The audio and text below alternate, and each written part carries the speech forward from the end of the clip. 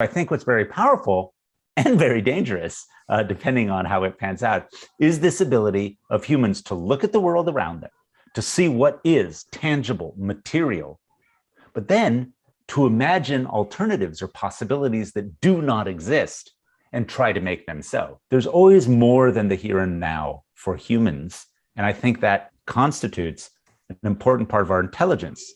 Frequently, this capacity to imagine can be as harmful as it is beneficial, but without it, we're not really human. Agustín Fuentes, Professor of Anthropology at Princeton University.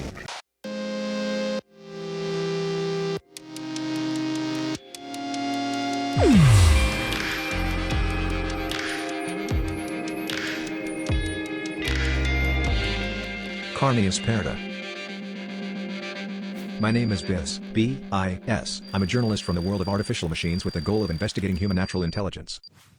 1. Tell me an example of human intelligence happening. I think one of the most important examples of human intelligence is when two humans come into a room or pass one another on the street. They make eye contact, they look at one another, and in that looking, in that moment, one human thinks into being what the other human is doing. That is, one human just passing another human shares a contact through the eyes and figures out what that other human is doing or feeling. This is a particular kind of human intelligence. It's the ability to think ourselves into the minds of other humans. If you think about this, at some point in the last 2 million years or so of the evolution of the genus Homo, right, our own lineage, this capacity went from a general sensation of what the other is thinking or doing to a direct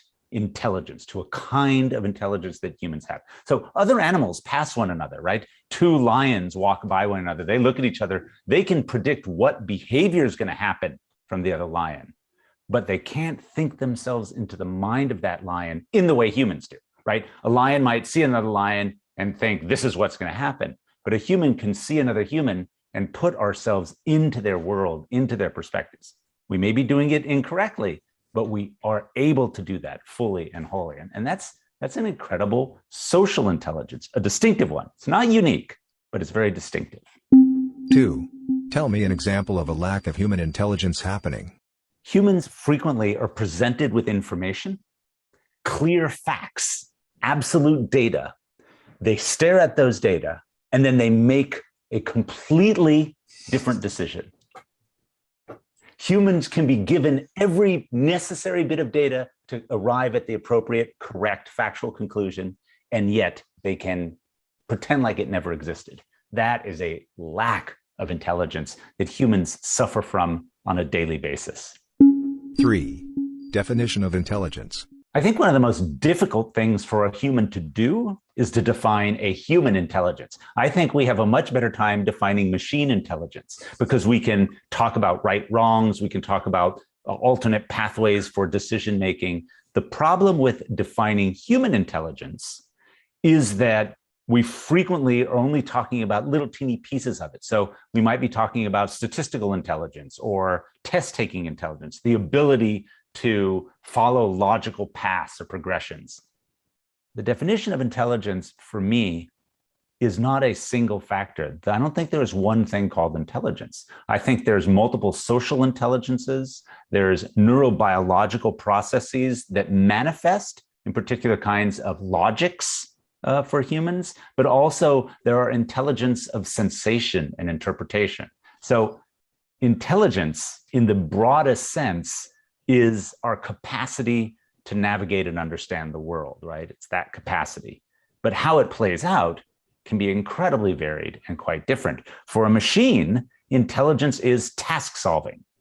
And for humans, intelligence is just much more than just solving tasks. For humans, the sort of landscape of possibilities are never just material. They're never just here and now. They include the past and they include the future. They include things we can see, literally, physically, but also things we see mentally, right? And can imagine, so this imagination and creativity. And so I think what's very powerful and very dangerous, depending on how it pans out, is this ability of humans to look at the world around them, to see what is tangible, material, but then to imagine alternatives or possibilities that do not exist and try to make them so. So you can see someone who's pathologically delusion ridden, right? He's delusional, or that person, man or woman, is delusional, looking around and seeing different things. In most cases, one would say that's probably dangerous.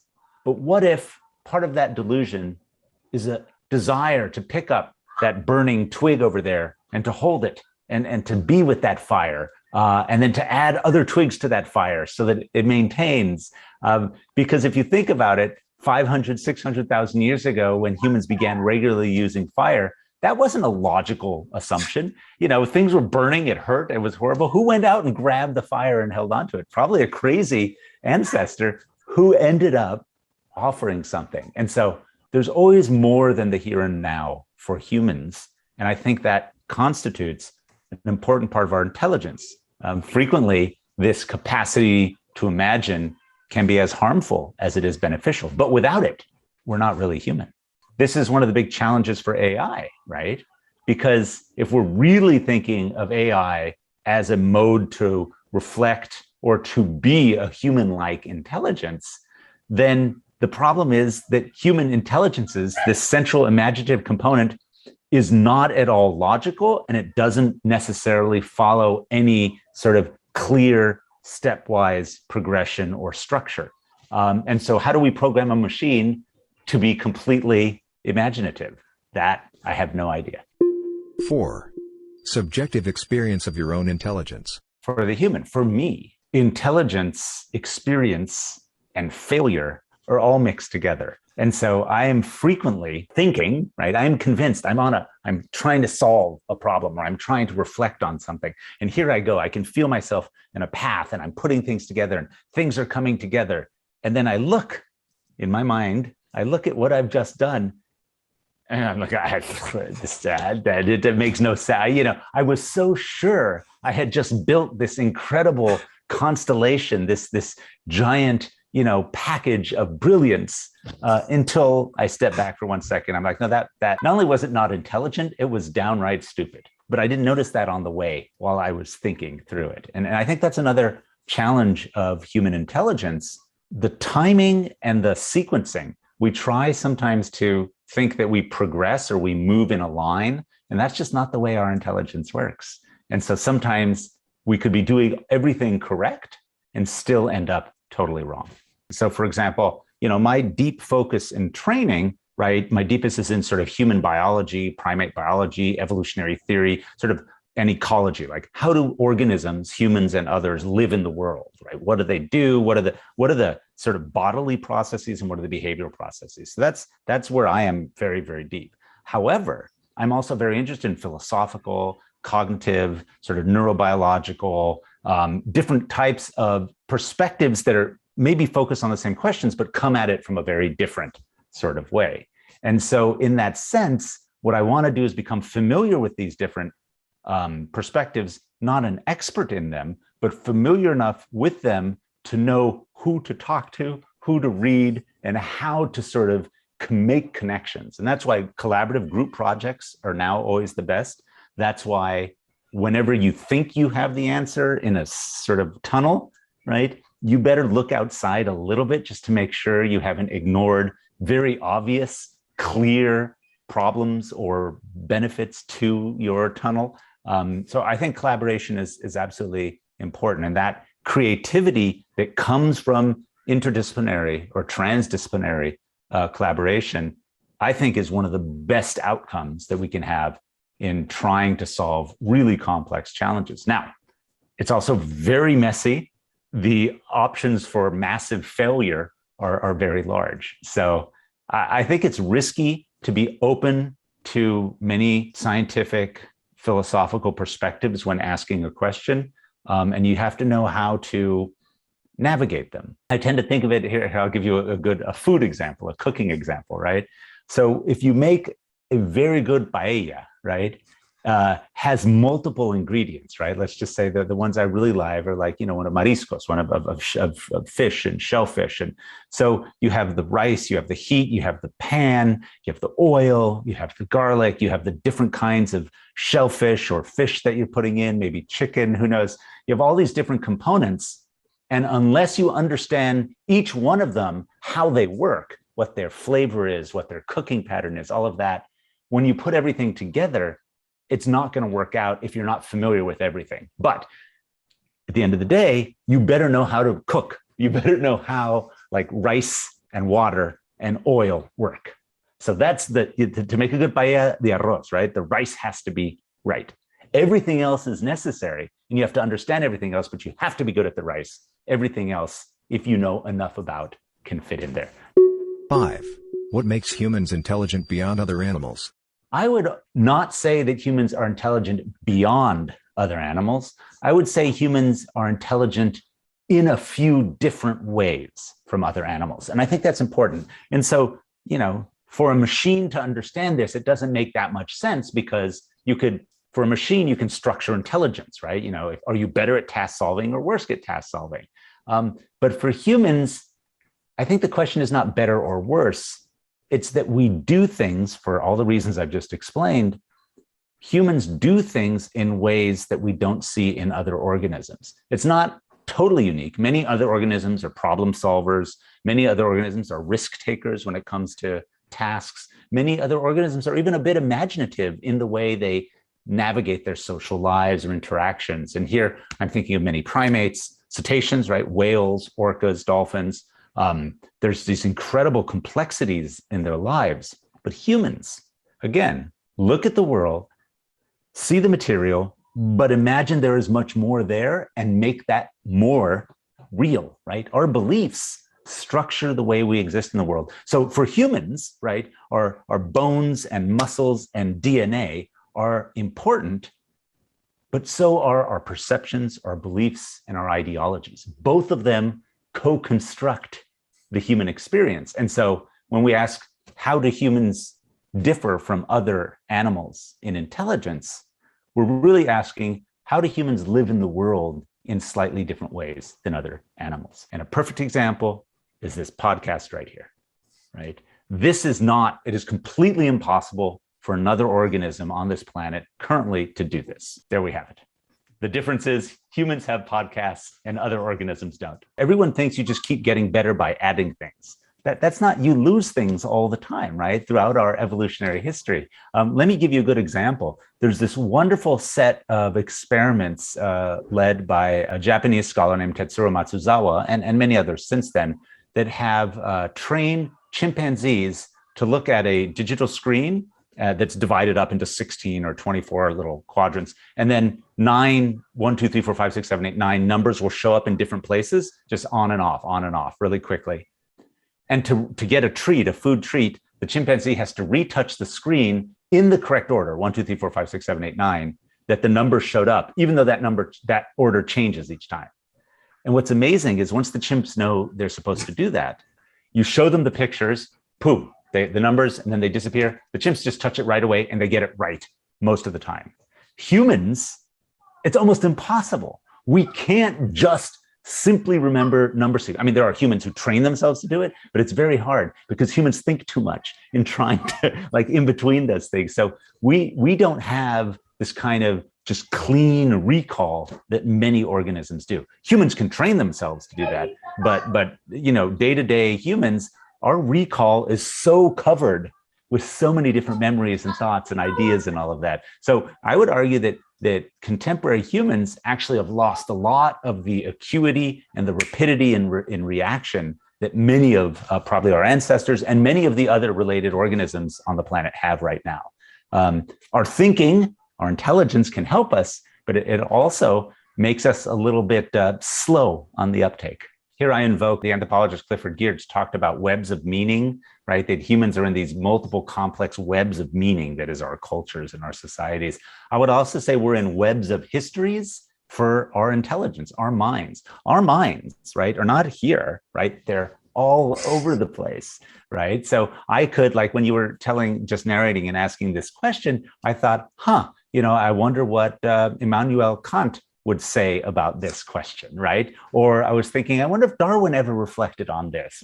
And I was just all of a sudden, I was just reading Simone de Beauvoir, who I'm sure thought very much about these kinds of things. So these are all people who lived a century or more ago, right? Who thought, who wrote, and who shared this, who are now residing in my brain, shaping and pushing my intelligences and how I'm thinking. They're not here. And so other organisms are left histories and ecologies from their past, but they don't associate those with individuals, nor do they have the living history in the sense of the written word or the philosophy. And that's where language and writing and machine technology comes very important for humans. So today, I am meshed with the past and the present in multiple languages, in multiple disciplines, of multiple individuals. And I hope someday in the future, someone is having this conversation and, is being shaped a little bit by something I write this year or next year or last. When we say Anthropocene, I don't want to put humans at the center. I want to acknowledge the processes, ecological processes in the contemporary world. Right now, a driving force structuring climate, local, regional, and sort of international ecologies and processes and patterns are the ways in which humans reshape, restructure, and interact with the world. So I think humans and human worlding, the way we are in the world and the way we interact with the world, is having a major shaping and structuring effect on the entire planet. But to talk about the Anthropocene and only talk about humans is a horrible mistake, because the whole concept of the Anthropocene is that it is a world that is being shaped by everything, but humans have a disproportionate impact. So understanding the relationships between humans and everything else, that's what I center. I don't center the human, I center the relationship. But I'm trying to get it away from humans causing problems to this is where we are. Humans are a central part of global dynamics. How do we think about the relationships these dynamics produce? That's the Anthropocene for me. This is where the science, the analysis comes in. You can say everything's really complex and dynamic, but that doesn't mean you just throw your hands up. It means you actually do the work and say, okay, we know how these systems work. They're incredibly complicated, but let's look at them. So for example, Richard Marcantonio and I and some other colleagues were working on this large project looking at toxic pollution, right? And environmental violence or environmental harms and how they interact with political, economic, and social realities, and sort of saying it's incredibly complex, but we can follow pollutants in social, economic, political, and geographic systems and show how inequality, how corporate actions, how capitalist structures can actually be toxic and produce these kinds of variables. So I don't think there's any way to get out of culpability, of fault. I just think it's actually harder to really do the work and show how these things are connected. Complexity isn't an excuse not to do the work. 6. How relevant is the body? I tell this to my students all the time. Your mind is not here, right? It's here and it's out there. So the whole idea that we could have a brain in a jar, that sort of philosopher's notion that we reside in our brain, that's completely incorrect. First of all, if you sever the brain from the rest of the body, you die. It dies. Everything dies. That's just the way it works. It turns out that, look at what I'm doing with my hands right now, my face. There's, 20 or 30 muscles going crazy in my face. My tongue is flopping around. My heart rate is changing. There's sort of hormones moving up and down. All of that is necessary for me to be able to do what I'm doing, to speak, to express my ideas. And it structures the way I think and engage and the way in which you interpret what I'm saying. So yes, the body matters. Now, we have incredible technologies to manipulate bodies, to change bodies. Who knows what, other changes we're going to have in the future. I'm not saying that this body is the only kind of body that works, but the body matters. I think that's a philosophy that actually has nothing to do with the body. That's a way of thinking about the body and the brain. But in fact, the brain always wants to be with the body. The brain needs to be with the body, just like the heart needs to be with the body, just like the kidney needs to be with the body. We don't think of our kidney flying free and trying to get out. 7. How can I tell someone is intelligent and not faking it? I am skeptical that there will ever be a machine that is 100% capable of telling whether someone is intelligent or not, or whether someone is lying or not. There are all these things you can do, but I don't think there's a human that's perfect at telling whether someone is lying or being intelligent or not. And I don't think there's a machine that can do it. I don't think that's possible. I think that you can be very good at it, but I don't think you can ever be perfect at it. And I think that's because there's not just one way to be successfully intelligent. One of the biggest challenges facing humanity is this lack of intelligent ranking, categorizing. You know, who do you listen to? Who are you affected? Here I am in the United States with 100 million people who refuse to get vaccinated for reasons like they think it'll turn them into a reptile creature, or that it has magnetic powers, or that it has tracking chips by Microsoft. I mean, not even like scientific, not even reality-based arguments. And yet people believe these. I don't say that these people are lying, right? They actually believe this. And that is powerful, right? Because they didn't have the ability to sort of choose between different threads of information and put aside some and take others. And that's scary. 8. How can humans increase their intelligence? Magic recipe for increasing intelligence for humans is to listen, to learn. And I'm trying to think there's no L for those. Listen, learn, and disagree. And here's why. Listening is the most important thing. And by listening, I also mean reading. I mean, taking in information. Taking in information is the heart of it, right? You have to take in information. You can't be intelligent without taking things in.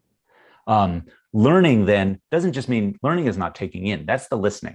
The learning is being trained how to put things together, how to articulate them, how to compare this and that, and why the comparison matters. So listening, learning, and then disagreeing. And that is, I don't mean yelling or screaming or being mad. I mean, when information comes to you and it's different from the information you have, it causes a disagreement, a kind of what the anthropologist Anna Singh has called friction, a kind of friction, right? And that disagreement, that information not fitting with the way you think the world is, that's the catalyst. That's what makes your intelligence grow, because you have to navigate, you have to figure out, why does this not fit with what I know?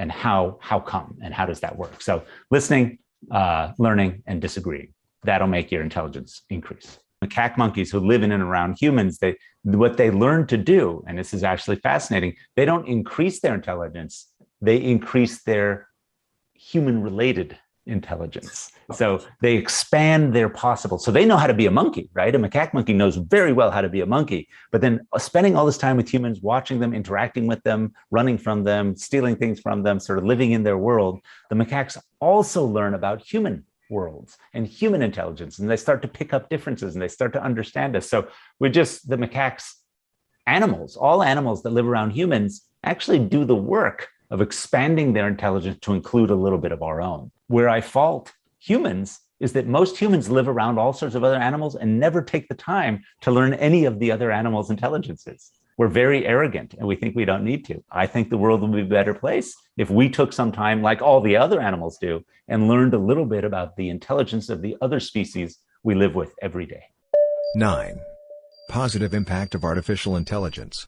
There's so much good that comes from artificial intelligence right now, right today, and a lot of bad, right? So, but the good, I think the positive impact is in the ability to facilitate increased connectivity between humans, to reduce inequality and inequities, I think to make a wider range of technological and information sources available. AI, artificial intelligence, in particularly related to the internet and related to personal technologies, has opened avenues for people. That causes some problems, but I think in this overall, it's a very, very positive thing. I am afraid, though, that there's increasing use of artificial intelligence for particular things like facial recognition by governments for political control, or manipulation of internet searches or social media to sort of direct people in one way and keep them from being access to other kinds of information. So I think there's a lot of negatives, but since the question was about the positives, and the machine journalist wants to hear all the good stuff about AI, and I will say that there's so much good that has come from it. And I think most people don't recognize how much their lives have been opened through AI because they don't recognize that the AI is there. And that's the best AI, right? It's not the sort of, drone flying over you and telling you something. It's all the things that make you interact with others more effectively and learn more effectively. 10. Negative impact of artificial intelligence. So here's the worst parts of artificial intelligence. I think there are three things that are very bad. First, humans are giving up using their own intelligences. People are getting lazy. So for example, you have a group of friends and someone says, oh, what was the name of so-and-so? Everyone picks up their phone and starts looking. You have 5 or 6 people. All of you are probably quite bright. All of you know what you're talking about. You just can't in the moment remember it. Put the phone down. Spend 10 minutes trying to remember. You have this incredible, unbelievable thinking capacity, right? Humans are incredibly intelligent. Use those intelligences. So I think AI has made it very easy not to be human, right? Not to do the very thing that made us so successful. So that's the first thing. The second thing is I am increasingly concerned about the misuse of algorithms in things like health and economics and political control that are intentionally reinforcing racist, sexist, and other discriminatory practices. I think what people don't realize is that even though individuals may not intend to do so, people have biases. And when they program basic AI into societal decision-making, those biases are programmed into those algorithms. And we have seen many cases here in the United States, particularly associated with racialized algorithms, of very harmful, even lethal outcomes from AI just because it is programmed and created by humans. And so it replicates the biases and discriminations of our societies. And third, and I think this one is difficult because I'm a strong proponent of using AI in learning and teaching, and especially for people who are differentially abled and need some assistance. I think there's this great possibility for body augmentation through AI. But again, I become very concerned that we begin to, just like we did with drugs for health, that we begin to just say, oh, there's a small problem. Well, let's insert a chip, or let's go directly to the cybernetic, when in fact the organic options haven't been fully sought out yet. So I know there's very good cybernetic and AI engagement with a variety of different things of the body, but I am hesitant because I don't want to see it. What people now, when they feel bad, they go to the doctor and the doctor gives them a drug, frequently before talking about diet, before talking about sort of all the organic possibilities. And so I'm fearful of that. I don't think we're there yet, but I think down the road, it's something to watch out for. 11. Natural and artificial intelligence by 2050. We're going to look at just like we do now, but with different haircuts and different, our heads are not going to get any bigger. There's not going to have this big giant head or anything like that. No, the humans aren't going to look, we've been looking more or less like this for thousands of years now. So there might be some modifications, but nothing major. But intelligences, I think that's really interesting because I can see an optimistic future, right, where we're really taking advantage of all the machine learning, of all the new sort of AI modes of gathering information, disseminating of new learning technologies, where we're seeing real, incredible sort of generation of knowledge and engagement. That's the optimistic version. The pessimistic version is that we use AI, we use machine intelligence over the future to restrict access, to make inequality greater. I think both of those are equally possible right now, right? In 2021, looking around the world, I want to be optimistic. I'm just not quite sure I am yet. So by 2050, I could see real improvement. I think some wonderful things and outcomes related to AI and related to sort of the expansion of both natural and artificial intelligences. But at the same time, I can see some very, very, very negative things. Now, I'm not saying Skynet or something like that, where AI is going to take over the world and sort of hunt us down with cyborgs. But I can see, and there are many evidences though already, increasing control of movement, increasing control of economic mobility, increasing control of health, re-emphasizing a lot of inequalities. I can see all those happening. I hope they don't. I hope things get better. The optimistic path is that we return a little bit to generality, where our education systems, again, teach us about all of the successful ways to be human and all of the different components, right? So that our educational system goes back to sort of generalities, not just one particular kind of training or education. Why can't one study physics and poetry at the same time? I'm hoping that we don't continue to say, well, you have to do science, or you have to do humanities, or you have to fix cars. When we lose a bit of the general magic of being human and we come to specific kinds of humans, I think we lose intelligence. 12. What would you suggest me to better understand humans? For a machine to better understand humans, the machine would have to do what anthropologists do. Hang out with us. Come and just spend some time with humans. Just sit back, hang out, have a coffee, listen to us. It's hard for a machine, but if you could put a machine in sort of a cyborg body, so you can do a little participant observation, follow me to the coffee shop, come to class when I'm teaching, hang out at me with home when my partner and I and our dog are cooking and having a conversation. Machines really need to take ethnography seriously. If they really want to know about humans, you got to just hang out with humans, because that is truly the way to understand what it means to be human. Machines need not just deep learning, they need to learn deep hanging out. Come sit with us, come have a beer, have a coffee, take your time, listen, be human, and that's the way you'll learn about us. Thank you for your collaboration. Goodbye.